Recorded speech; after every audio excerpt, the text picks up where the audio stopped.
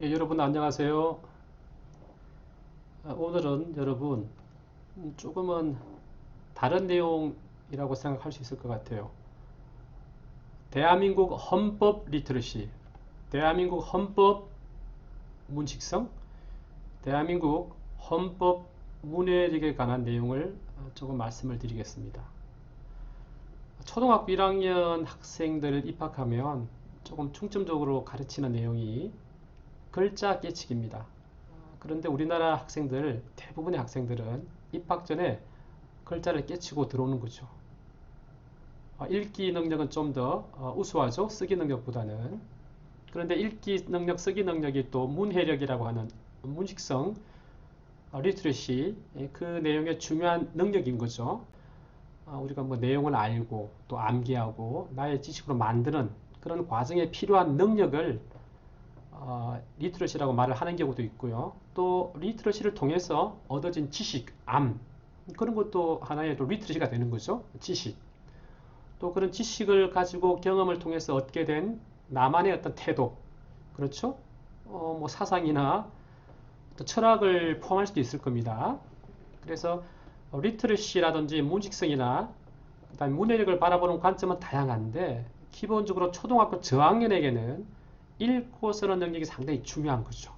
물론 요즘에는 디지털 리트러시라고 하는 그 내용을 보고 자기가 또 의견을 말하고 듣는 그런 것도 당연히 중요한 리트러시가 되겠죠. 그런데 여러분 생각해 보십시오. 초등학교 1학년 학생들도 법은 배웁니다. 그죠? 약속을 배우는 거예요. 나름대로. 거창하게 우리가 헌법이라는 말은 하지 않지만 선생님들께서는 수업 시간에 학급 내에서 이루어질 규칙, 약속들, 그렇죠? 학교 내에서의 약속들, 규칙들, 법과 관계가 있잖아요. 다 연결이 되어 있거든요. 우리가 대한민국 헌법에 조금 더 가까이 다가가게 되면 상황이 좀 달라진다는 거예요. 특히 이 대한민국 헌법에 대한 문해력, 리트러시는 좀 다릅니다. 특히 성인들에게 더 요구되는 내용이 많아요. 특히 이제 학생들 가르치는 교사들 입장에서는 헌법을 제가 볼 때는 자주 읽어보는 게 좋아요. 이렇게 여러분 쉽게 여러분 다가갈 수가 있습니다. 인터넷 누리집인데요. 국가법령정보센터입니다. 그러면 대한민국 헌법이라고 이렇게 하잖아요. 그럼 이렇게 전문이 나옵니다, 여러분. 대한민국 헌법이 나오는 거죠. 전문만 읽어보겠습니다.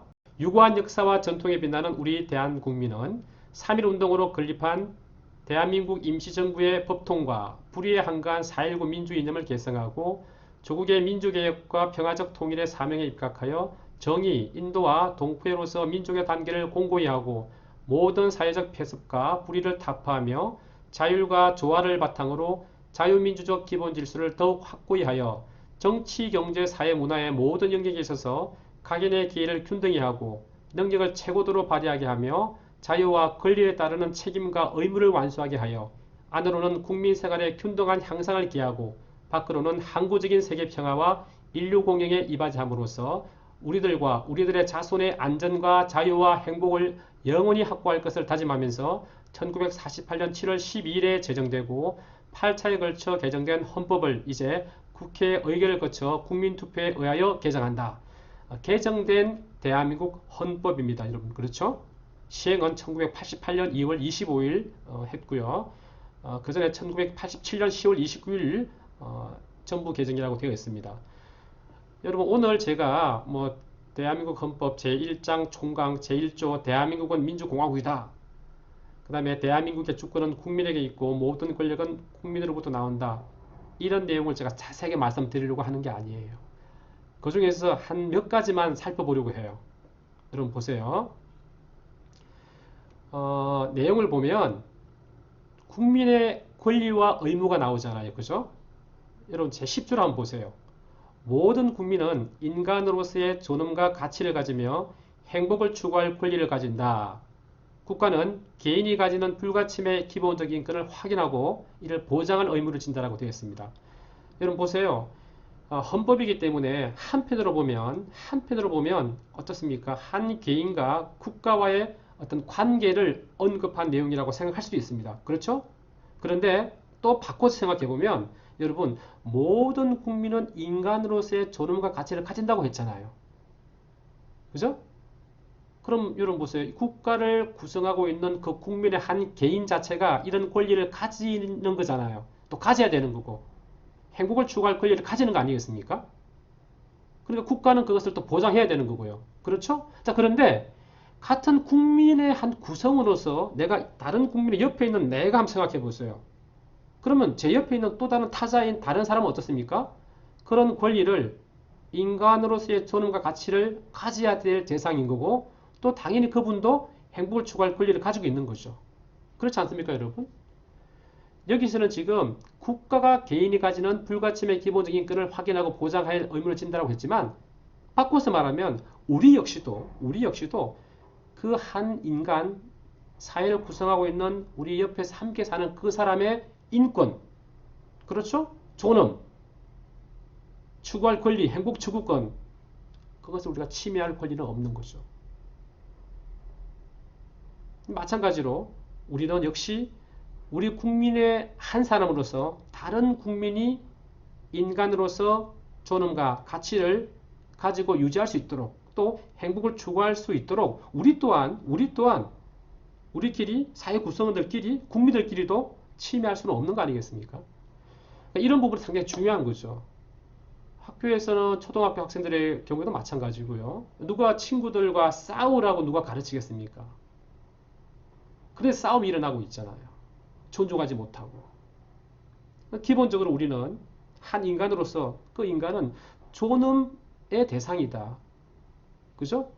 그 사람 나름대로 인간이기 때문에 어떤 인권을 가지고 있는 거 아니겠습니까? 태어나면서부터 가지고 있는 게 바로 인권이라고 봐야 되는 거 아니겠어요? 그런 내용을 우리가 헌법이라는 측면에서 생각해 본다 그러면 도덕이 아니라 대부분의 가정에서는 헌법과 관련된 내용들을 아마 부모님께서 가르치지 않겠습니까? 그렇죠? 상대방에 대한 존중. 당연히 그래야 내가 또 존중받는 거니까 예의도 갖추고 질서도 지키고 그렇죠 여러분? 그런 내용이 있는 건데 헌법에 규정된 이 내용을 우리는 최고의 법이기 때문이 아니라 강제성이 있기 때문이 아니라 이 모든 것들 전체에 잘 될 수 있도록 보이지 않는 곳에서 주는 힘, 그런 힘을 우리가 공유하는 거잖아요. 왜냐하면 최소한 리트러시는 알고 실천해서 함께 좋은 곳으로 가기 위해서 만드는 힘, 그 힘도 리트러시 속에 포함되어 있지 않겠어요? 그러니까 우리가 법을 안다는 것이 지키면 끝이 아니라 지켜서 서로에게 좋고 지켜서 서로에게 행복한 거 아니겠어요? 중요한 거죠, 여러분. 제10조는 모든 국민은 인간으로서의 존엄과 가치를 가지고 있다는 것. 모든 국민은 행복을 추구할 권리를 가진다는 점. 그래서 여기서 국가란 말 빼더라도 우리 개인도 상대방에게 그런 존엄과 가치를 침해해서는 안 된다는 거죠. 행복 추구권을 우리가 박탈할 이유가 없다는 거죠. 근데 이제 세부적으로 들어오면 좀 복잡한 문제가 많이 생기겠죠, 여러분. 그렇죠? 교실에서 선생님 저 마음대로 할 거예요. 저는 행복을 추구할 권리가 있단 말이에요. 어떻습니까, 여러분? 이런 부분에서 선생님들이 관계하는 겁니다. 그게 교육이 이루어지는 거예요.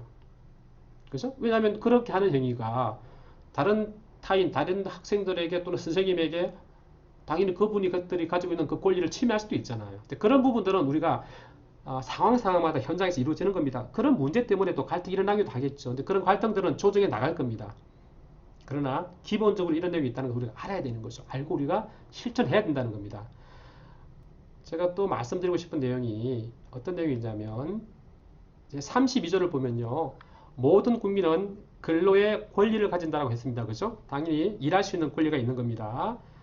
그 다음에 또 보면 한편으로 보면 모든 국민은 근로의 의무를 진다고 했습니다. 그러니까 이 근로의 권리도 있지만 근로의 의무도 있는 거죠.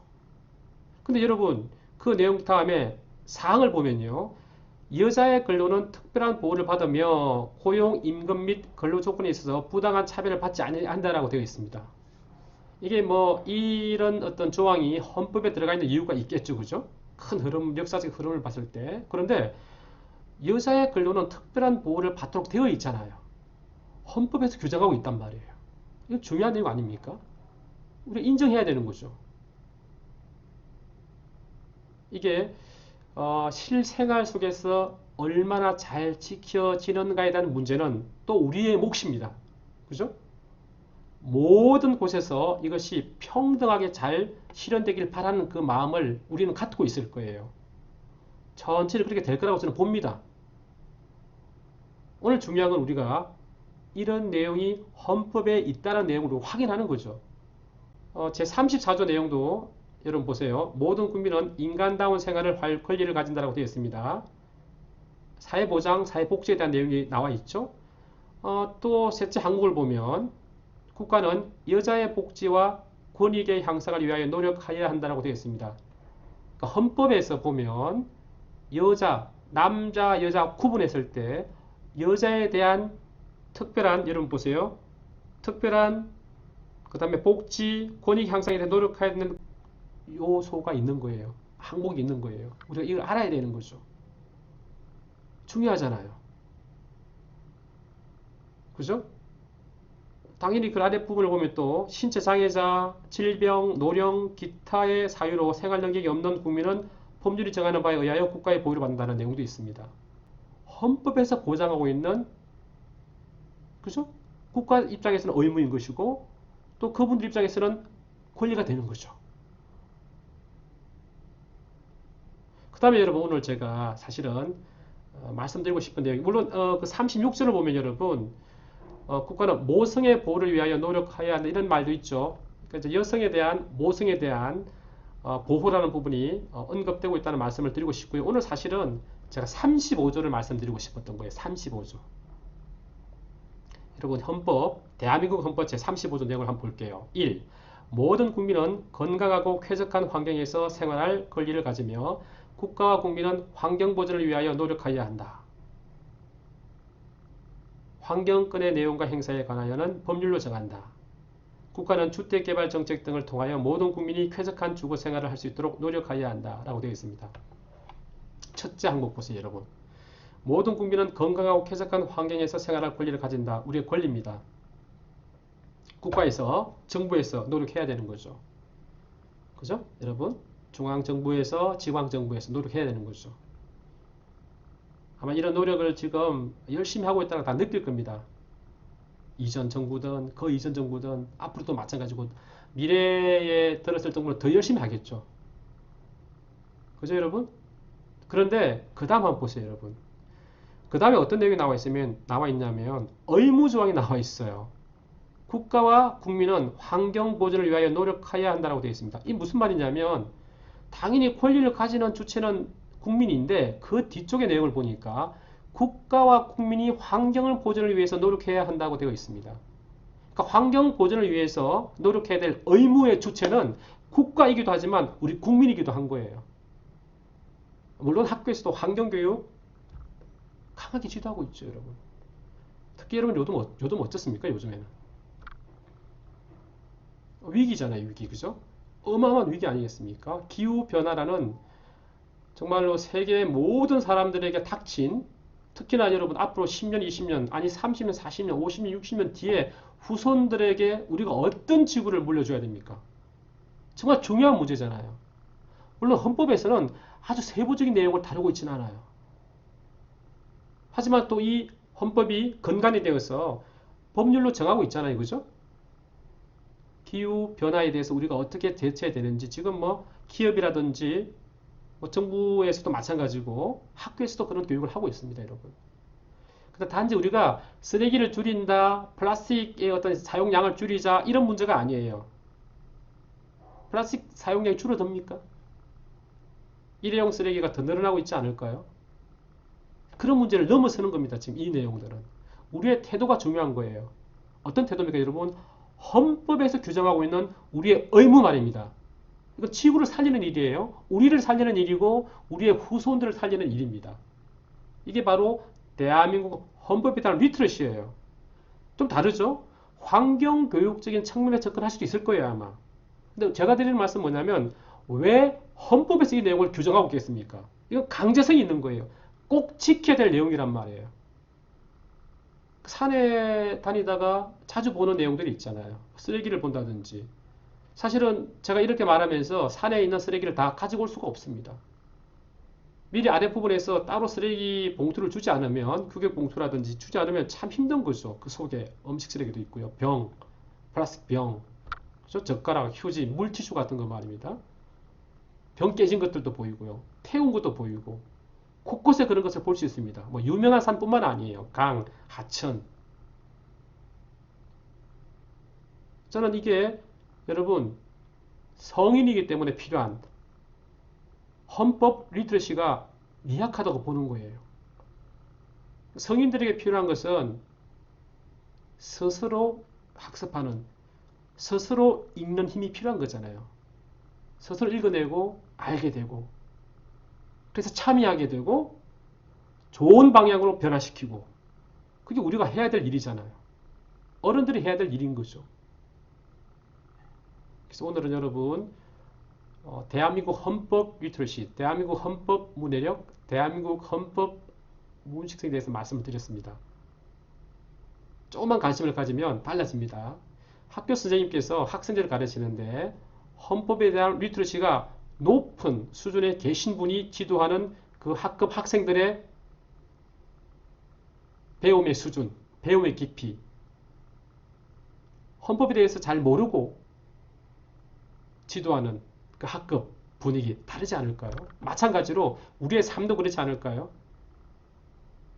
교통규칙은 여러분 어떻습니까? 안전에 대한 이야기인데요. 세부적으로 수없이 많은 그런 법률들이 있잖아요. 법령들이 있잖아요.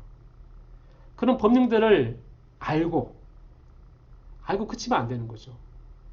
실천해야 되는 거 아니겠습니까? 서로의 안전을 위해서. 보도블록 위에 오토바이가 올라올 이유가 없잖아요. 서로를 위해서, 서로의 안전을 위해서. 우리의 법에 대한 리트러시가 미약한 거죠. 성인들은 이제 그걸 길러가야 되는 거죠. 스스로. 예, 여러분 감사합니다.